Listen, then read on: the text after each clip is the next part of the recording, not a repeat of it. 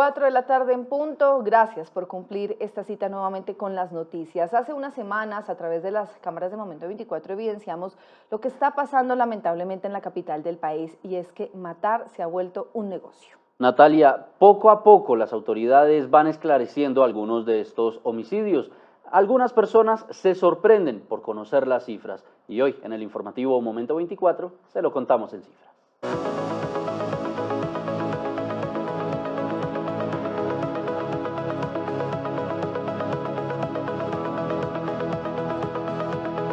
La mitad de los homicidios en Bogotá son asesinatos por encargo, y hoy se lo contamos en cifras. En Bogotá, asesinar se convirtió en un servicio. 5 de cada 10 homicidios que ocurren en la ciudad son casos de sicariato. Entre enero y marzo de este año, 134 de los 265 homicidios registrados en la capital colombiana, el 50,5% corresponden a asesinatos por encargo, según cifras de la Policía Metropolitana. Se trata de un fenómeno en aumento. Antes de la pandemia, este tipo de crímenes representaba alrededor de 3 de cada 10 casos. En 2022 hubo 431 casos de sicariato, el 42% de los homicidios. En 2023, 437, el 40,3%. Y en 2024, la cifra subió a 606, casi la mitad de los 1.214 homicidios totales, para el 49,92%. Esas cifras revelan una instrumentalización de la violencia. Responde a disputas entre bandas criminales para controlar zonas de la ciudad, que les sirven como corredor de droga y para el control de economías ilícitas. Justamente eso muestra que no hay una estructura dominante, sino múltiples organizaciones que compiten entre sí. Hay muchas bandas que, además de estar muy bien financiadas, se están peleando por controlar estos territorios. La transformación del crimen en un sistema de servicios. Se está generando un portafolio criminal. Ya no es una misma banda la que roba, asesina o trafica, sino que se articulan en una red en la que unos prestan servicios a otros. En ese esquema, el sicariato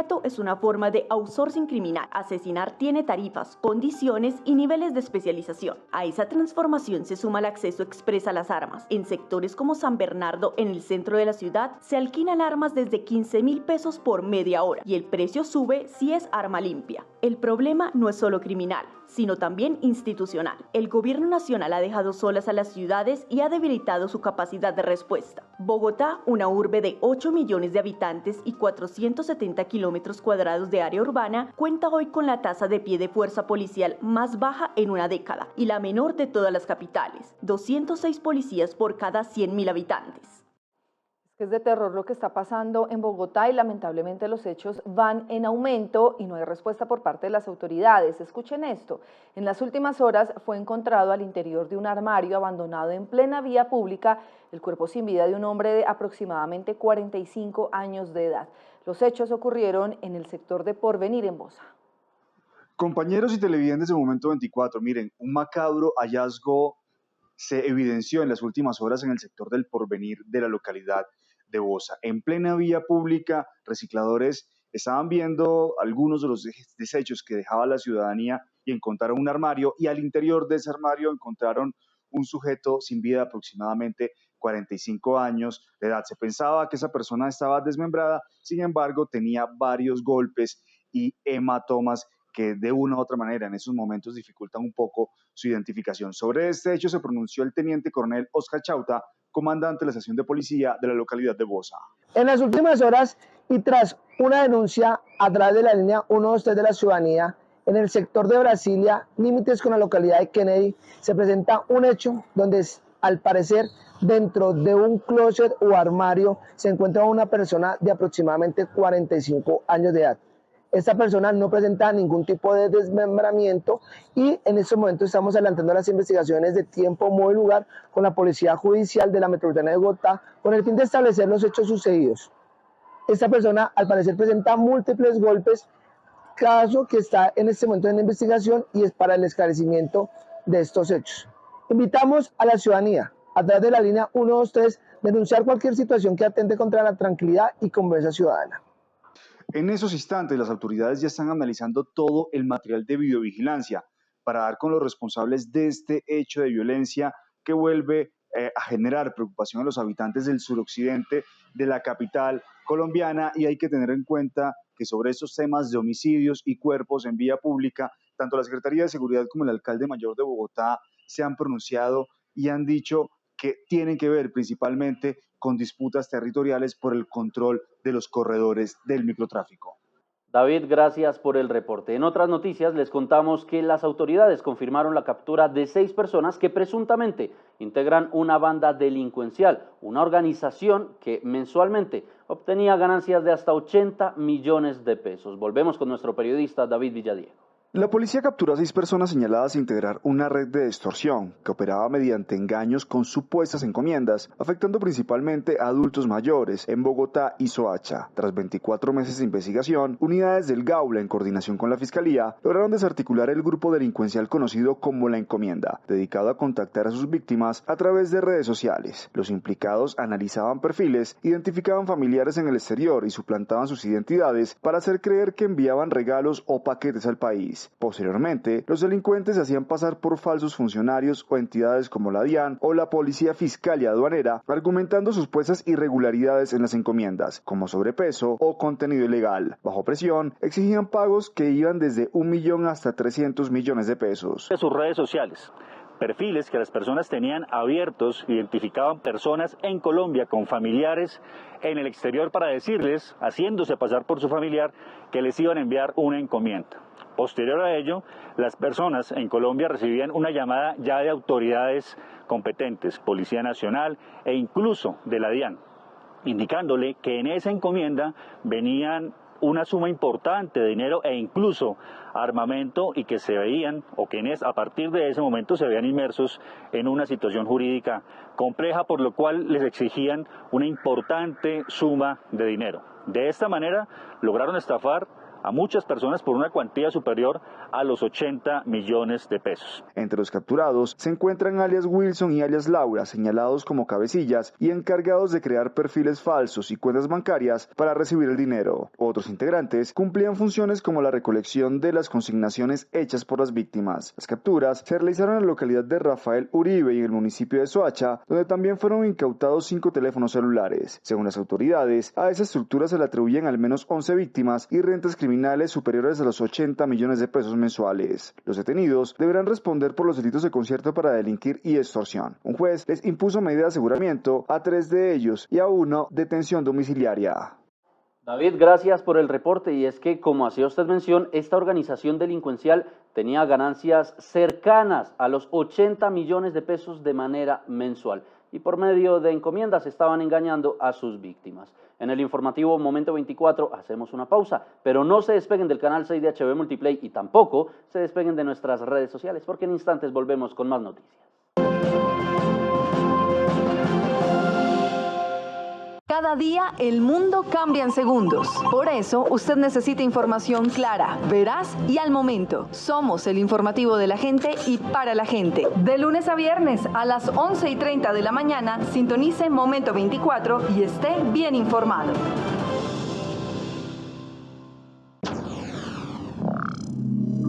Un universo de aplicaciones llega a tu mundo. Una selección de las mejores aplicaciones reunidas en un solo universo digital. Elige la categoría que más te gusta y cambia de aplicación cada mes con total libertad. Explora el mundo estándar con apps como Zindy, PlayKit Plus, Kaspersky, Exit Lab y Ares Player. O vive la experiencia premium con Disney Plus y Kaspersky Plus. Y si buscas más, entra al nivel Plus con Disney Plus, Quema Diaria, Zen o Hotco. Entérate cómo agregarles a tu plan en hbmultiplay.co. Escríbenos al 300-444-5500 o llama ya al 601-77-99-600. HB Multiplay, la verdadera libertad digital está aquí.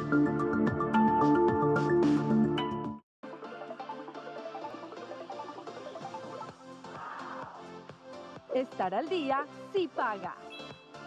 Buenos días, me llamo Blanca Bolaños y soy la feliz ganadora del premio HB Multiply por pagar la factura a tiempo, por ser muy cumplida. Gracias por la premiación. Pagar oportunamente vale la pena porque mantenemos un servicio bueno, con tecnología, genera empleo y bueno, y un premio. Con el pago oportuno del internet, pagando los primeros días del mes. Perfecto. ¿Nos recomendaría?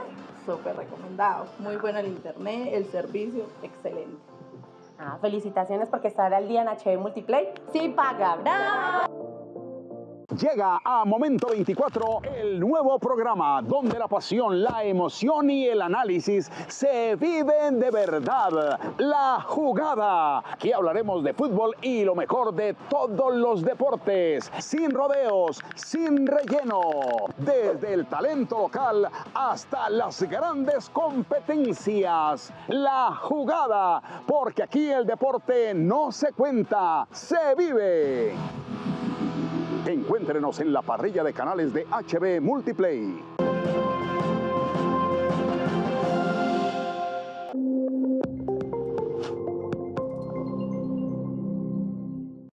Y a esta hora en la actualización informativa de las 4 de la tarde les vamos a contar las noticias nacionales del día. Mire, Andrés y televidentes, hoy ha sido noticia pues que Angie Rodríguez, quien es exdirectora del DAPRE, pero quien hoy está a cargo del Fondo de Adaptación frente al Cambio Climático, prendió el ventilador y mencionó a Juliana Guerrero, que ya sabíamos cuál es el escándalo de Juliana Guerrero, la joven cercana al primer mandatario, cuyo nombramiento como viceministra de la Juventud se cayó por el escándalo de títulos falsos. Queremos hacerles un contexto. Angie Rodríguez aseguró que en el gobierno hay un esquema que busca saquear las arcas del Estado y cuya cabeza pues pone a esta señorita Juliana Guerrero. Pues Natalia, Carlos Rodríguez, rector de la Fundación Universitaria San José, establecimiento educativo muy polémico por el título de Juliana Guerrero, ¿no? Reconoció fallas internas en medio del escándalo por presunto diploma irregular. Sí hubo una falla, dijo Carlos Rodríguez. Además aseguró que no hay más casos similares, que fue un hecho aislado refiriéndose al de Juliana Guerrero, que la institución se declaró víctima y que el proceso está bajo seguimiento del Ministerio de Educación. Sí hubo una falla.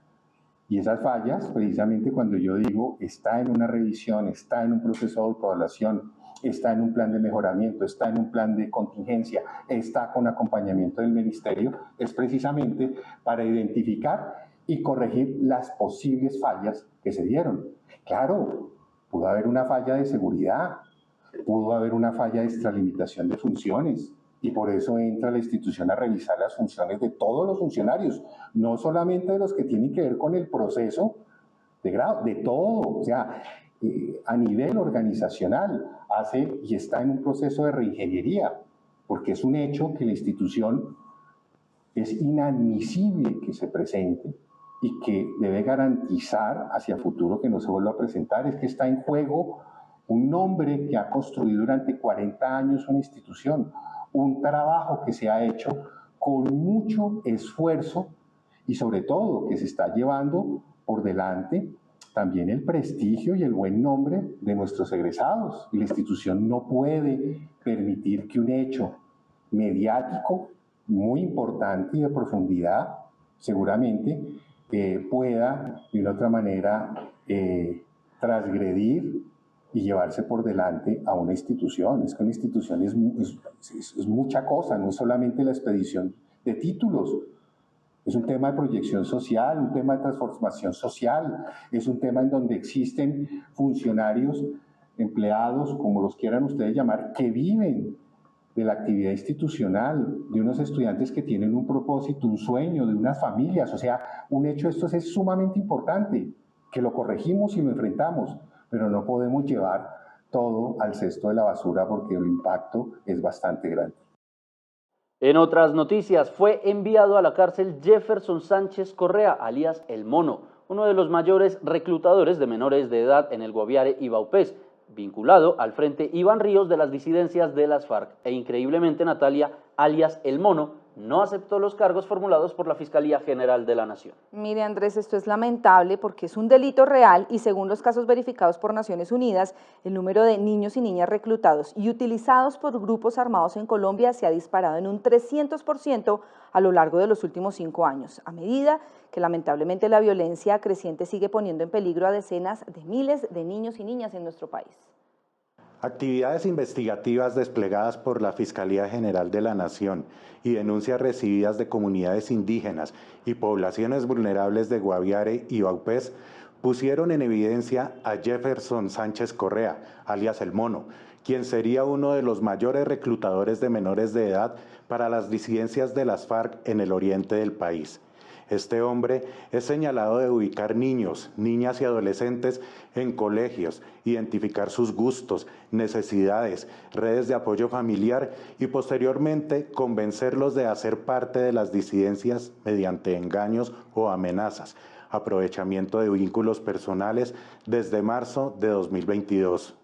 Un adolescente que habría sido reclutado por Sánchez Correa murió en medio de un combate y otro fue asesinado al intentar escapar de una zona campamentaria.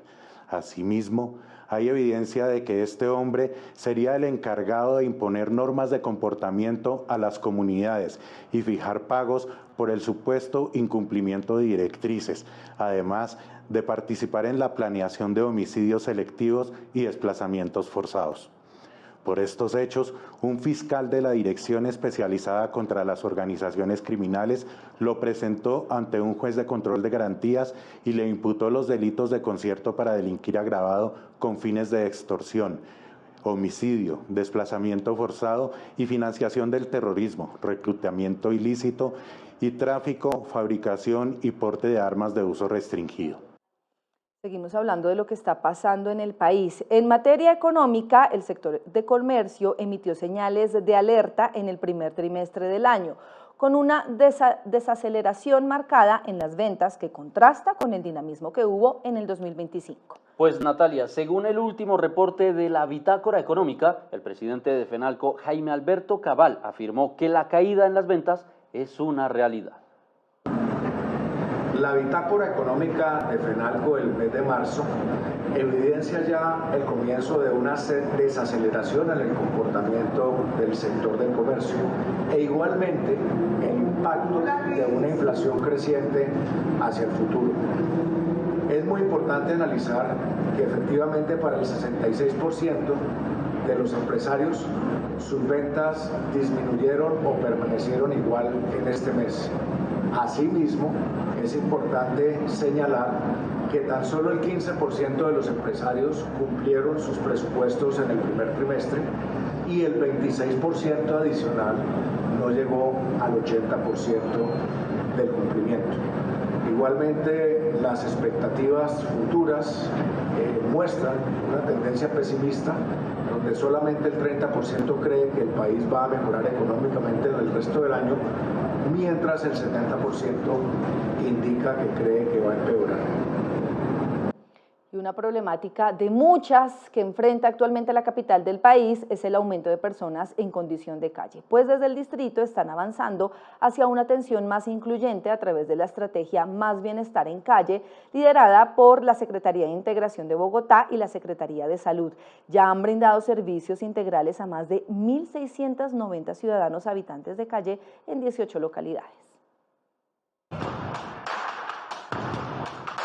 Hoy estuvimos en el Foro Intersectorial del Sistema Sociosanitario, donde Integración Social y la Secretaría de Salud construyeron un programa en el marco de la atención primaria social, en el marco del modelo Más Bienestar, las atenciones para las poblaciones más excluidas en la sociedad, por supuesto, los habitantes de calle. Destacar no solo la estrategia distrital de atención a habitantes de calle, sino para centrarnos en un elemento fundamental, que es ese ejercicio de coordinación y articulación entre la Secretaría de Integración Social y la Secretaría de Salud para brindar una atención precisa, respondiendo a las necesidades a los habitantes de calle. ¿Cuáles son los nuevos retos? Más servicios sociosanitarios, una nueva canasta de aseguramiento para el ciudadano habitante de calle que estaría en Capital Salud. Todo eso iría a parar en la política de habitabilidad en calle con metas y objetivos de mediano y largo plazo. Muy feliz por la invitación que nos hicieron. En realidad nosotros venimos de un hogar que se llama Nuevo Porvenir. A mí me gusta mucho mi trabajo, yo en realidad me siento muy feliz de hacer cosas tan lindas, ¿no? Y que la gente se sienta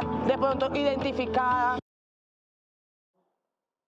En otras noticias, el gobierno en cabeza de los ministros Armando Benedetti y Marta Carvajalino establecerán una ruta institucional inmediata para solucionar los inconformismos de la comunidad MISAC.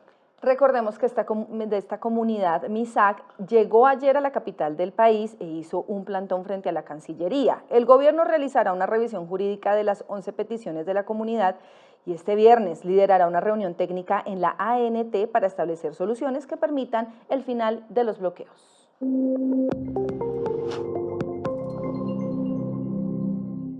Mucha atención porque la Sala Plena de la Corte Constitucional por mayoría negó la solicitud de nulidad interpuesta por la Sala de Consulta y Servicio Civil del Consejo de Estado de la sentencia que señala que el Consejo Nacional Electoral, el CNE, no puede investigar al presidente Gustavo Petro por la violación de topes electorales de su campaña de 2022.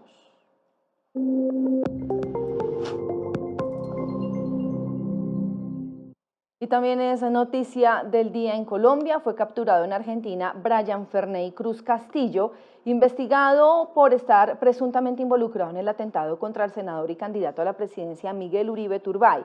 El hombre era novio de Caterine Andrea Martínez, conocida como Gabriela, quien transportó el arma con la que el sicario asesinó a Uribe Turbay. La Fiscalía colombiana lo requiere por los delitos de concierto para delinquir y terrorismo.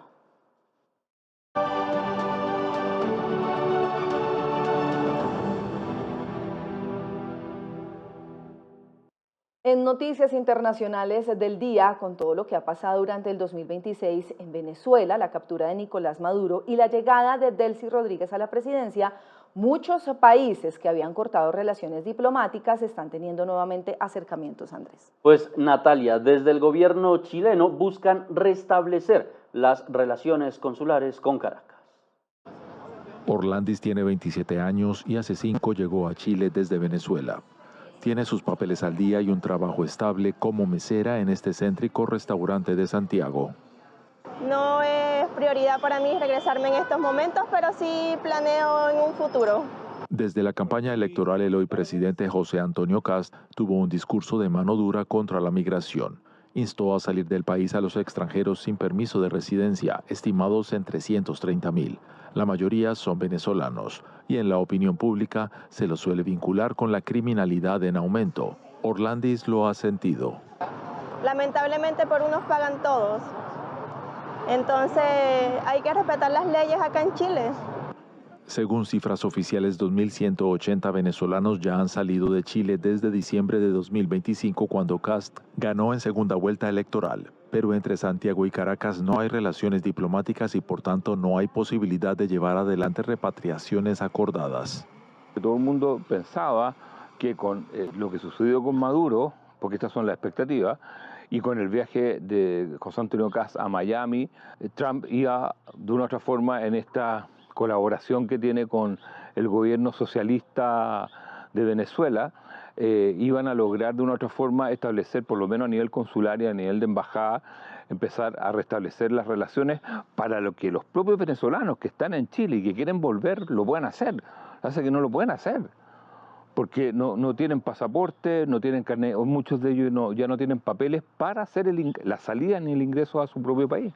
El jueves pasado, un vuelo de la Fuerza Aérea de Chile llevó hasta sus naciones de origen a 17 bolivianos, 4 ecuatorianos y 19 colombianos. 26 son por expulsiones administrativas y 14 judiciales, por distintos delitos como robo con intimidación, robo con violencia, receptación, infracción a la ley de droga y otras que posteriormente podrán ser detalladas.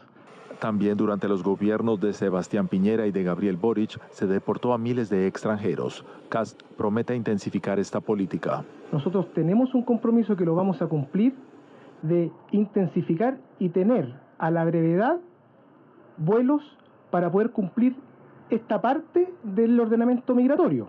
También van a haber salidas en buses y por lo tanto nosotros no vamos a anunciar cuándo es el próximo vuelo por razones de seguridad interior. El tema ha ganado espacio en los medios y no ha dejado indiferentes a los extranjeros residentes en Chile. Estoy consciente que principalmente el tema de las expulsiones es por las personas que están cometiendo delitos o algo por el estilo, porque ya nosotros los venezolanos no hay ningún problema actualmente. Según medios chilenos, más de 75.000 órdenes de expulsión se encuentran pendientes de ejecución. Obviamente que hay que ir sacando las personas que tengan procesos penales, condena y una serie de factores. Ahora, sin Venezuela no hay, en términos como de volumen, no va a haber una política que uno pueda decir, wow, están saliendo las personas. Mientras tanto, el gobierno de Cast anunció que enviará al Parlamento un proyecto para convertir el ingreso irregular al país en un delito. Y con este informe de DW finalizamos la actualización informativa de las 4 de la tarde. Andrés, gracias. Mañana muy temprano una actualidad informativa. Natalia, a usted gracias. Gracias a todos los televidentes que nos estuvieron acompañando en el canal 6 de HB Multiplay. Y por supuesto, mañana, 9 de la mañana, una nueva emisión de actualidad informativa de Momento 24.